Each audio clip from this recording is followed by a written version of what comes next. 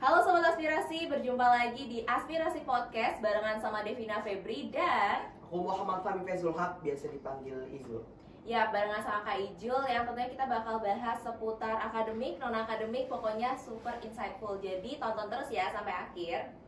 Oke nih Kak Ijul, boleh nggak perkenalan dulu nih Kak? Tadi kan udah perkenalan nama sama panggilannya ya Kak, tapi kesibukannya tuh Kakak lagi apa sih akhir-akhir ini? Oke, jadi kenalin juga nama aku Izul dan saat ini emang lagi di akademiknya.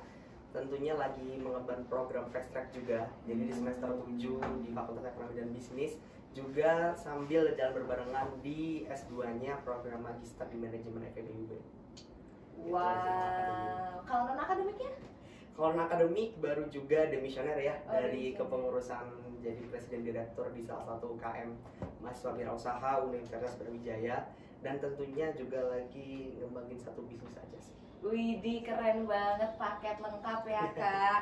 Udah di akademiknya fast track ya, berarti S2 ya Kak itu? Bener banget. Ya itu S2, terus dan gak cuman balance di akademik aja, tapi non akademiknya juga buka bisnis ya, buka bisnis, terus sama menjabat jadi mantan, berarti mantan ini ex-presiden.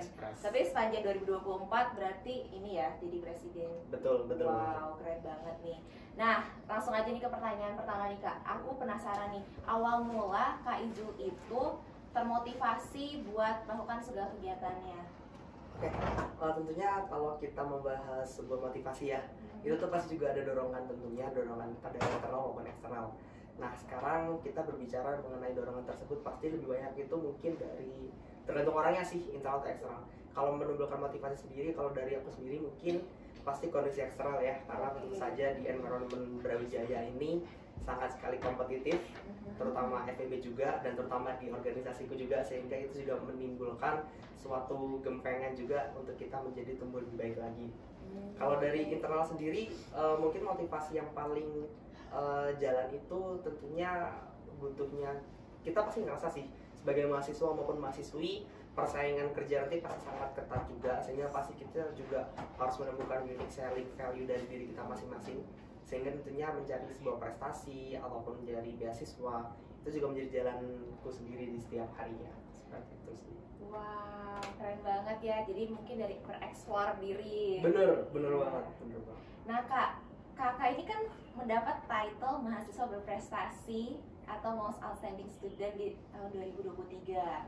Nah itu sebenarnya emang udah rencana dari awal maba atau gimana nih Kak? Kebetulan unexpected sih. Unexpected. Karena emang kalau dari jalannya prestasi ini pasti kita nggak tiba-tiba dapat lomba menang gitu. Okay. Pasti jalannya banyak banget. Pasti juga orang-orang keren di luar sana itu juga pasti membutuhkan perjalanan yang sangat panjang juga. Nah, kalau misal dari Mapres sendiri itu memang di tahun pertama tahun kedua itu aku juga coba beberapa lomba, itu mungkin ada belasan dan itu mungkin hampir kalah semua gitu. Oh, okay. Kalah semua. Baru mungkin di tahun ketiga kuliah itu baru menang beberapa, sehingga kayaknya dari kumpulan-kumpulan achievement tersebut bisa dibuat sebagai seleksi administrasi di Mapres, dan kebetulan alhamdulillah lolos jadi perwakilan juga di Departemen Manajemen, sehingga juga partisipasi menjadi Mapres di FEB tahun kemarin, tahun 2023. Iya, tahun kemarin ya, 2023. Tapi itu Kak, gimana sih perasaannya waktu dapet title itu mahasiswa berprestasi? Tentunya seneng banget sih ya, seneng banget, keluarga juga pasti bangga, dan tentunya title itu suka aku bawa kemana-mana. Jadi contohnya kalau emang kita ingin menggapai suatu impian, kita kan juga butuh batu loncatan ya. Yes. Tentunya aku juga pengen coba sebagai awardee di scholarship ataupun di beasiswa mana, kita juga membutuhkan title tersebut. Kita alhamdulillah sebagai Mapres juga dipandang mungkin dari penyelenggara corporationnya atau penyelenggara dari company-nya, itu juga pasti kita dilihat dengan jelas. Bukan hanya sebagai awardee juga, kita mungkin batu loncatan untuk meraih sebuah pekerjaan ataupun kita bisa meraih sebuah posisi, itu juga pasti kita perlukan juga di tahun tersebut. Tapi ya itu siklusnya pasti lingkaran juga. Ketika kita ingin menggapai Mapres juga pasti juga butuh beberapa banyak batu loncatan untuk lomba juga, sehingga stepnya pasti banyak banget dan sangat rumit, sehingga kita mungkin juga memilah dari awal planning kita sebagai Mapres. Jadi harus planning dan berarti Mapres itu ada seleksinya ya? Ada seleksinya. Seleksinya itu kayak apa aja Kak emang? Seleksinya itu kita di awal pasti administrasi ya. Jadi kita nanti apply administrasi dulu, dicek CV-nya seperti apa, berkasnya gimana, KHS, kartu hasil studi, rekap hasil studi, lalu mungkin optional tuh TOEFL atau IELTS. Nah, itu baru diseleksi, nanti terpilihlah mungkin ada 3 orang dari departemen atau jurusan. Nah, baru di satu hari itu bakal ada final round-nya berupa pitching dari gagasan idenya. Itu berupa esai, berupa karya tulis ilmiah. Jadi mereka tuh di-present kepada dewan jurinya, dan baru nanti itu kepilihlah top 3 ataupun top 6 nya.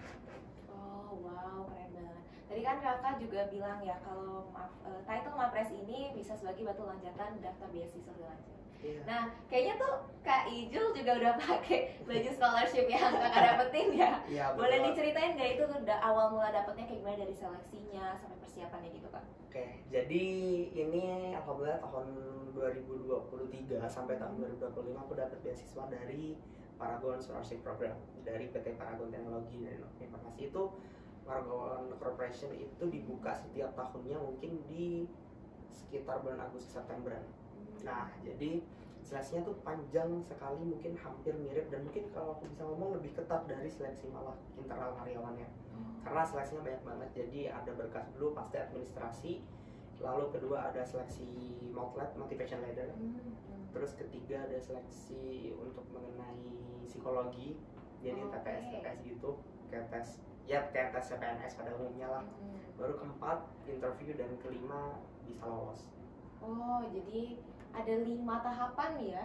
Iya, sekitar 5 tahun. Itu durasinya berapa lama Kak? Itu seleksinya pokoknya tadi aku mulai Agustus September, baru November tuh terpilih. Oh, November ke Desember, ya baru Desember itu kita bisa ditetapkan sebagai grantee. Oh, Atau grantee. Bener. Oh, sebutannya grantee ya? Grantee ya, kalau PSP grantee. Grantee, oke.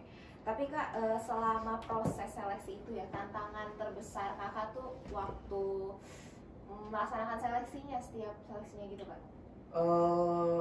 Sebenarnya kalau emang dasar orangnya tuh mampu dan bisa, itu pasti enjoy banget, karena seleksinya dia pasti gampang. Apalagi kalau emang orangnya udah jelas terpilih, maksudnya dia bisa dikatakan mampu, pasti jalani seleksi itu mulai dari bikin esai, dari seleksinya pasti mudah.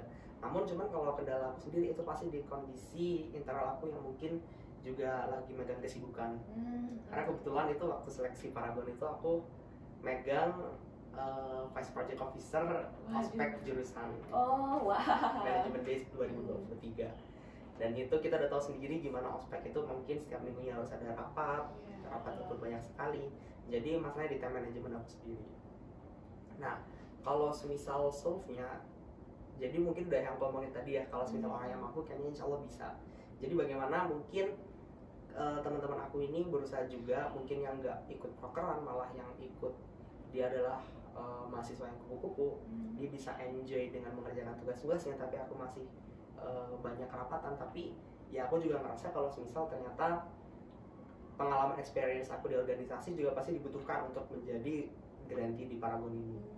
Jadi bagaimana mungkin walaupun rapatnya sampai malam, jadi mungkin paginya kita harus memaksimalkan waktu tidur kita juga. Jadi waktu kuliah, kelar kuliah baru kita bisa mengerjakan seleksinya, dan alhamdulillah juga ternyata itu worth it juga. Worth it. Menurut Kak Ijul sendiri nih, itu kan pasti banyak banget ya seleksinya. Bahkan tahuku ini tahun ini pendaftarnya kayak 1000-an lebih nggak sih? Apa 800-an ya dari UB? Dari UB sendiri? Iya. Dari UB kan sebenarnya banyak kan? Banyak banget. Nah, yang membuat kakak stand out dari calon-calon grantee yang lain itu apa sih Kak? Menurut Kak Ijul sendiri? Oke, kalau dari data ya, kalau seingat aku lupa kalau tahun ini. Tapi kalau tahun lalu aku partisipasi dan kompetitif juga, seingat aku ada 7.500 peserta pendaftar dari seluruh universitas. Nah, itu Paragon tuh mungkin anggap aja ada 10 universitas yang bisa daftar. Dan jadi rata-rata mungkin per orang itu, per kampus tuh mungkin 700, ya sekitar ya ratusan pokoknya lah ya. Ratusan, dan hanya 10 grantee yang diterima per universitas. 10. Dan itu mungkin perbandingannya sangat kecil sekali dan sangat kompetitif.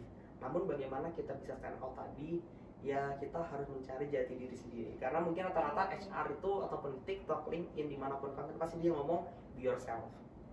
Nah itu sebenarnya kalau kita sebagai orang biasa memaknai hal itu, ini apa sih kok cuma gini doang, ya udah kan kita tiap hari juga pasti jadi diri sendiri. Cuma maknanya adalah bagaimana kita itu sebagai diri sendiri bisa memecahkan masalah, ataupun kita sebagai diri sendiri itu ternyata dikenal untuk menjadi diri kita dalam suatu pekerjaan.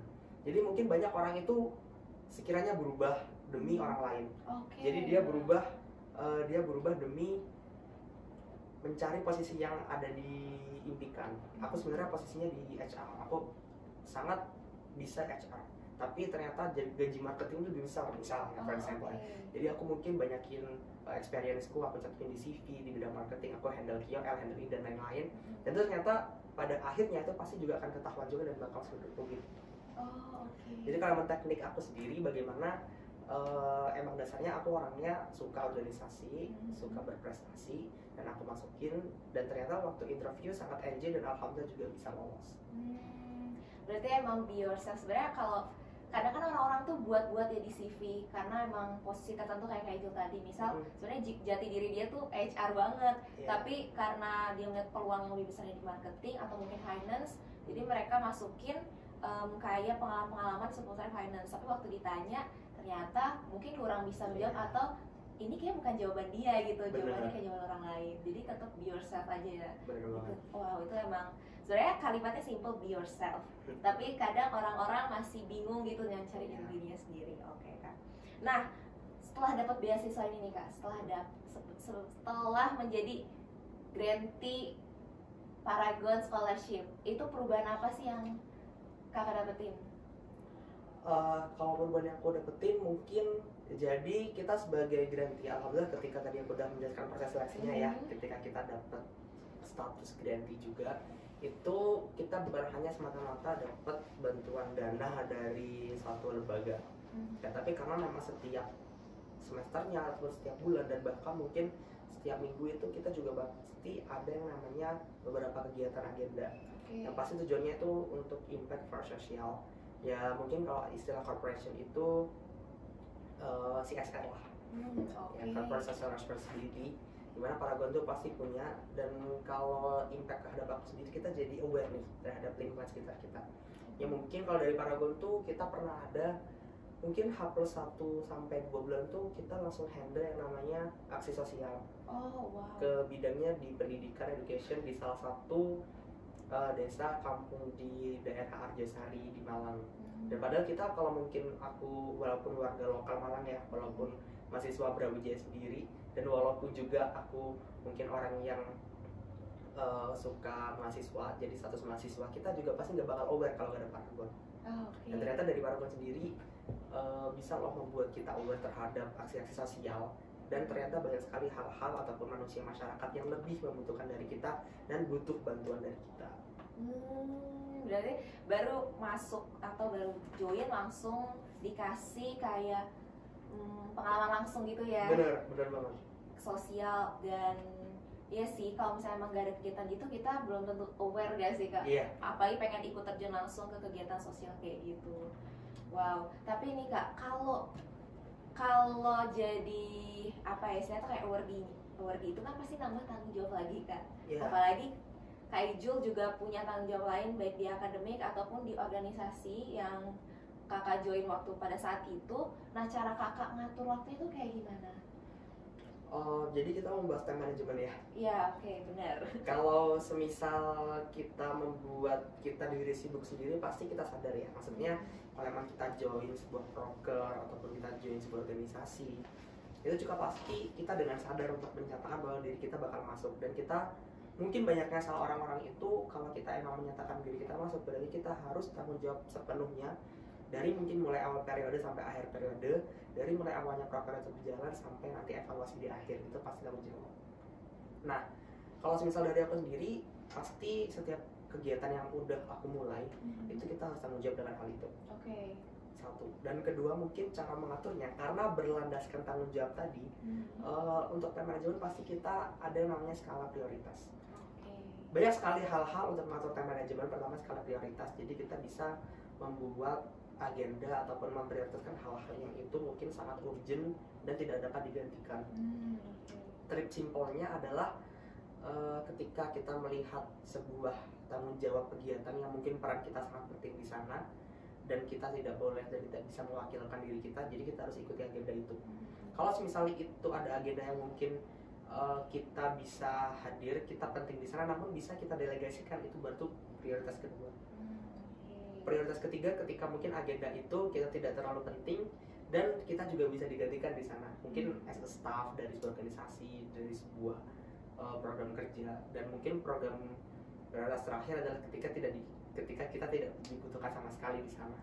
Jadi itu mungkin harus diatur dengan baik, dan mungkin tools kedua kita harus memaksimalkan namanya time management, mungkin dalam salah satu platform yang sudah kita aplikasikan setiap harinya, mungkin sebagai Google Calendar, di Notes ataupun di Notion. Itu sometimes pasti sangat butuh, karena kita nggak akan tahu 2 minggu ke depan, 1 minggu ke depan, tepatnya di hari Jumat jam 10 kita ada apa.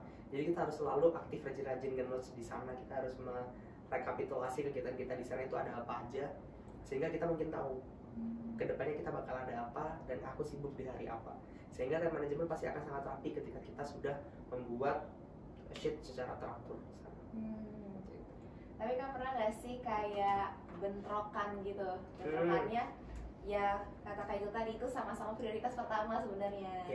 Apalagi kan waktu di tahun 2023 bisa bilang Kak Ijul itu benar-benar jadi vice project officer di ospeknya departemen, terus daftar beasiswa itu kan juga nggak bisa digantikan ya kalau daftar beasiswa. Iya, benar-benar. Dan mungkin kegiatan lainnya itu gimana tuh Kak waktu bentrokannya?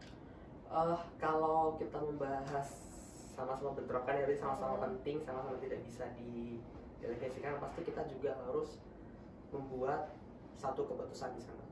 Jadi disinilah bagaimana decision making kita akan diuji. Dan pasti sangat banyak pertimbangan. Dan tadi mungkin hanya 2 variabel aja, sepenting apa agenda itu di diri kita dan sebagaimana diri kita pentingnya untuk tidak bisa mendelegasikan hal itu. Jadi variabelnya pasti nambah banyak. Mungkin ketika kalau kita agak hadir, nanti mungkin orang-orang kecewa dan progresnya aku bakal nggak tahu, dan ini pasti sangat banyak sekali hiperbola ataupun bagaimana hipotesis yang sekira-kira kita nggak akan duga-duga.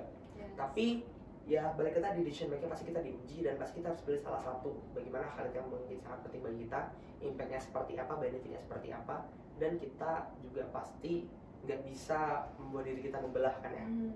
Jadi bagi kita harus menentukan satu pilihan yang tepat untuk skala prioritas kita. Kalau di ekonomi itu opportunity cost gak sih Kak? Bener banget. Iya, wah. Tapi Kak berarti pernah ya di posisi kayak gitu? Pernah. Dan pernah gak sih Kak kayak overwhelm atau burnout gitu sama kegiatan yang Kakak ikutin? Kalau burnout sih pasti semua Gen Z bisa ya.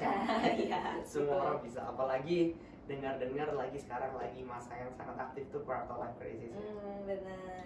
Dan kayaknya kalau burnout tuh pasti aku selalu memandang itu sifatnya opsional. Opsional.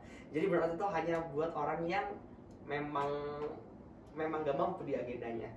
Karena banyak banget orang itu, kita kan pasti tumbuh, mungkin sekarang banyak 20 tahun, 20 tahun, itu pasti tumbuh dengan kondisi environment dari didikan orang tua yang berbeda, lingkungan berbeda juga.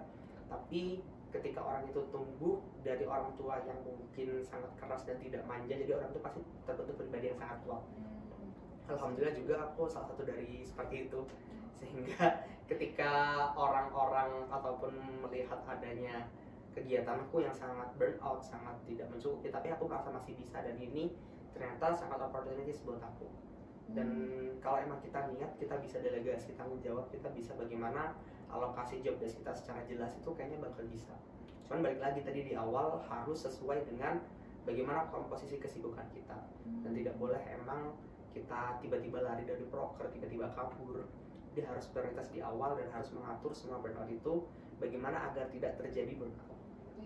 Berarti istilahnya tuh kayak menjaga api ya, api untuk setiap kegiatan. Tapi kan cara kita menjaga api tersebut tuh gimana Kak? Selain dari mungkin sebelumnya lingkungan keluarga atau lingkungan eksternal kita, tapi dalam diri kita gimana cara kita buat termotivasi terus gitu lah. Jadi api ini kalau emang kita ditambah kesibukan terus pasti membara ya. Pasti membara, pasti juga akan terbakar dengan segalanya. Tapi mungkin ada loh salah satu solusi yang mungkin banyak orang itu aplikasikan. Tapi mungkin solusi ini pasti setiap orang tuh berbeda caranya bagaimana.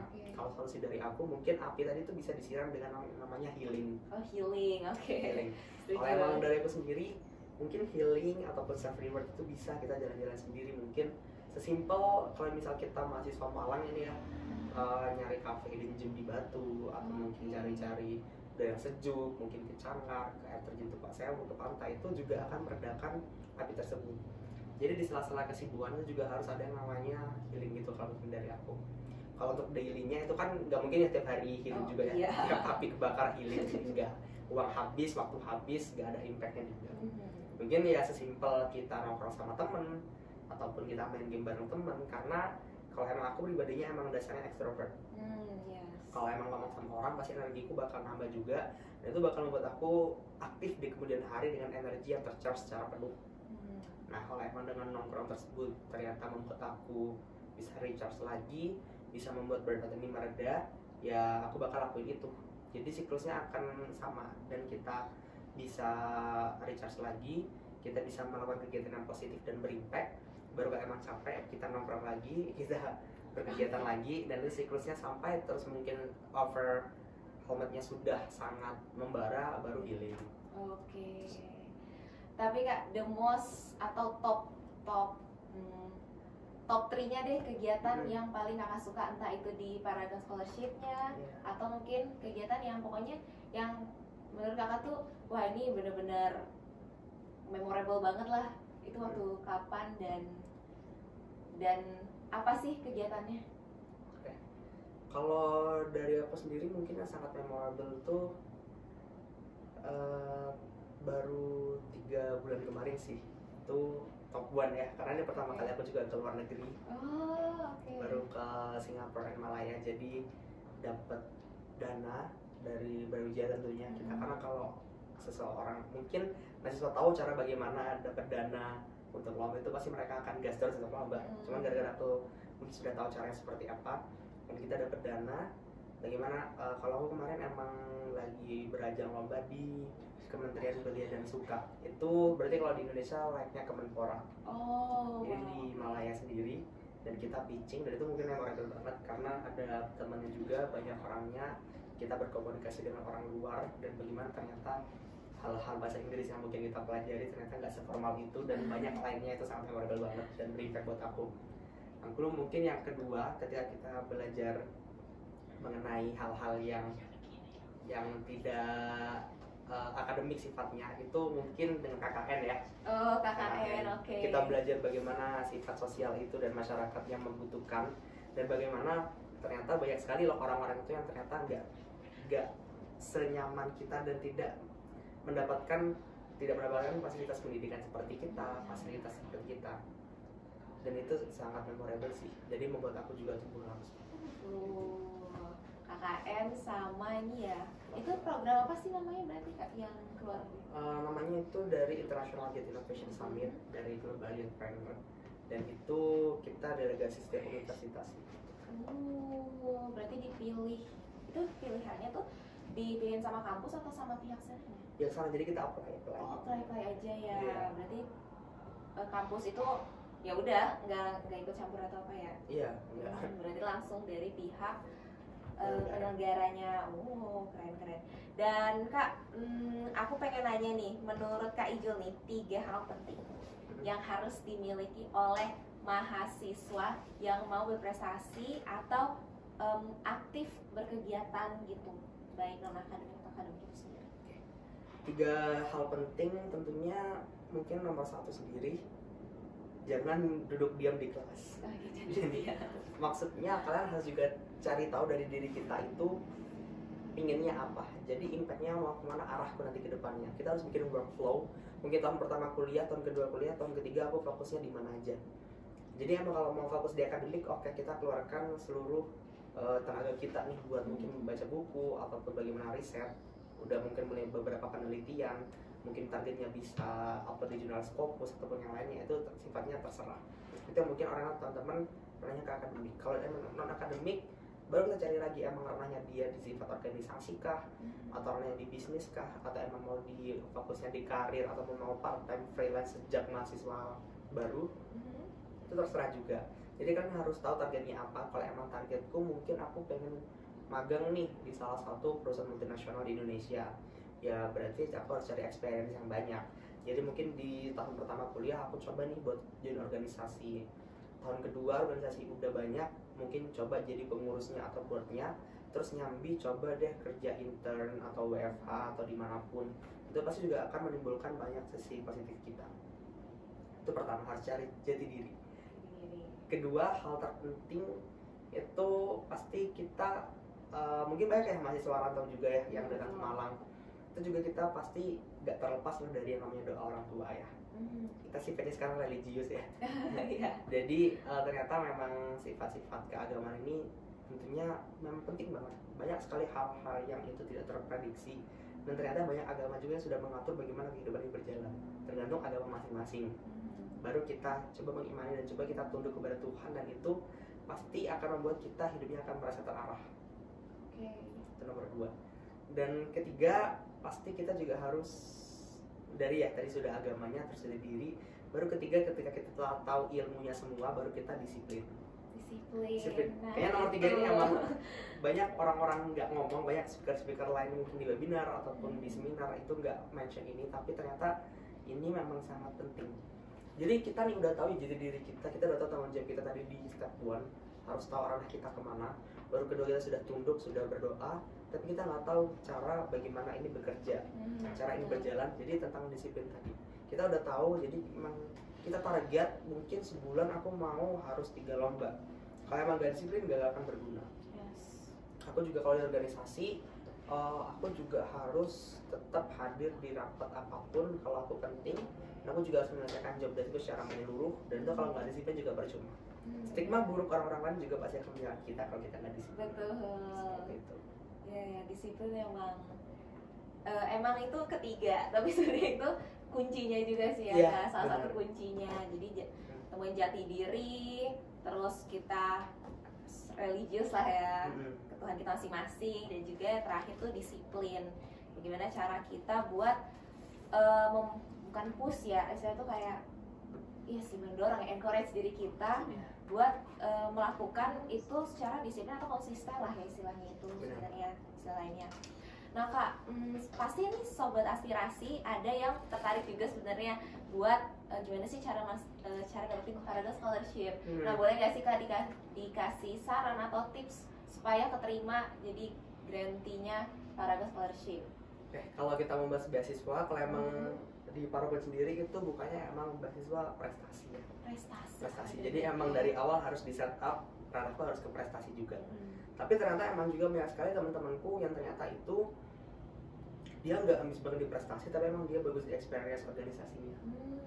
Jadi emang tadi dari step kita harus tentukan dulu di awal kita mau seperti apa. Dan kalau emang kita udah mau beranah ke akademisi atau kita mau ranah ke organisasi, itu juga harus jor-joran di sana. Jadi nggak boleh setengah-setengah, harus maksimal banget. Kalau emang mau organisasi, coba kalian keluarkan seluruh pengaruh kuatnya, entah public speakingnya, communication skillnya, leadershipnya, decision makingnya itu harus bagus dan diasah. Kalau emang mau akademiknya, berarti coba dijor-jorin lombanya yang banyak. Coba kalau emang masih gagal, dicoba lagi. Kalau emang belum juara, dicoba lagi. Salahku di mana, evaluasi itu juga harus banyak. Sehingga mungkin kalau emang kita udah gigih dari awal, udah disiplin dari awal, mungkin juga kita akan menjadi bibit unggul dibanding teman-teman seangkatan kita. Berarti emang dari awal harus kita tentukan dulu ya sebenarnya tujuan kita tuh mau kemana.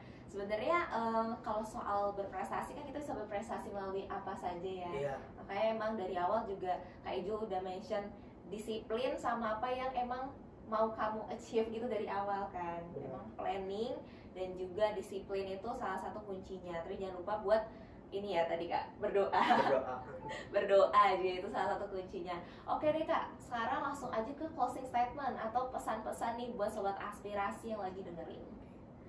Buat closing statement tadi mungkin kalau dari aku udah jelasin mungkin beberapa tips ya dari awal step by stepnya seperti apa. Tapi mungkin ternyata di akhir itu jarang banget orang yang ternyata sesuai ekspektasi dari awal. Mungkin Tuhan agak membelokkan jalannya supaya kamu mendapatkan hasil lebih baik. Tapi ternyata kita nggak menyadari hal itu. Dan aku pun juga nggak menyadari. Karena kalau emang dari awal emang niatnya pengen banget dari awal tuh coba S2 dari muda, coba nyoba lomba banyak sekali, dan ternyata ranahku juga berbeda. Ternyata alhamdulillah setelah dapat UIT, dapat hibah, dapat pemenang lomba, ternyata bisa membuat bisnis sendiri sebagai modal. Dan ternyata sangat banyak sekali hal-hal yang tidak diprediksikan. Tapi memang tugas kita terus berusaha, disiplin dari apapun yang mungkin kita sudah kerja dari awal, lalu coba didoakan dan kita ikhtiarlah sepertinya kepada Tuhan Yang Maha Esa, sehingga progres kita juga pasti akan dinilai dan akan menjadi bibit yang unggul di kemudian hari. Wih, oke, keren banget. Terima kasih banyak loh Kak Ijul udah mau sharing-sharing. Dan mungkin buat sobat aspirasi yang penasaran atau pengen tanya-tanya lebih, mungkin boleh kemana nih Kak? Sosial medianya bisa di follow? Iya, boleh di DM aja di Instagram aku, namanya Fahmi Faizul. Oke, dicatat ya sobat aspirasi, biar nanti kalau misalkan ada hal-hal lain entah seputar akademik atau non akademik bisa ditanya langsung ke Kak Ijulnya. Oke, makasih banyak nih Kak Ijul, sekali lagi Devina bener-bener appreciate banget Kak Ijul menyempatkan waktunya. Apalagi ini fun fact juga ya, kita tapping ini kita buat podcast ini tuh di akhir tahun di tanggal 31, dan Kak Ijul rela datang ke studio ini buat sharing-sharing. So jangan lupa didengerin ya sobat aspirasi, dan see you di another episode. Bye.